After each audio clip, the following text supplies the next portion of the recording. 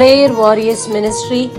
இன்றைய வாக்குத்தத்தம் மத்தேயு அதிகாரம் 6 இறை வார்த்தை 34.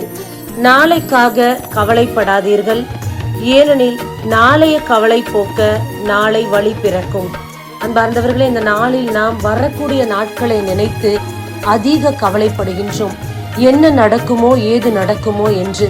ஆனால் ஆண்டவருடைய வார்த்தை சொல்லுகின்றது, அன்றன்றைய நாளுக்கான தொல்லைகள் போதுமானது.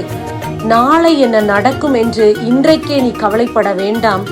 நாளை நடக்கவிருக்கும் காரியத்தை என்னுடைய கரத்தில் விட்டுவிடு, நான் அதை பார்த்து கொள்வேன். உன்னுடைய கவலை துக்கம் எல்லாம் மாறும். என்னால் புதிய வழிகளை உருவாக்க முடியும். ஆனால் நாம் கவலைப்படும் போது எதையும் நம்மால் மாற்ற முடியாது. நாம் கவலை கொள்ளும் போது அதிக நேரம் செபிக்க கூட முடியாது. நம்முடைய துக்கமே நம்முடைய எண்ணங்களையும் நம்முடைய செயல்பாட்டையும் நிறுத்திவிடும், தடை செய்துவிடும். ஆகையால் நாளை என்ன நடக்கும், அடுத்த வாரம் அடுத்த மாதம் என்னென்ன நடக்க போகிறது என்று கவலைப்படாமல் அவை அனைத்தையும் இறைவனிடம் விட்டுவிட்டு இந்த நாளுக்கான காரியத்தை நோக்கி முன் நகர்ந்து செல்வோம்.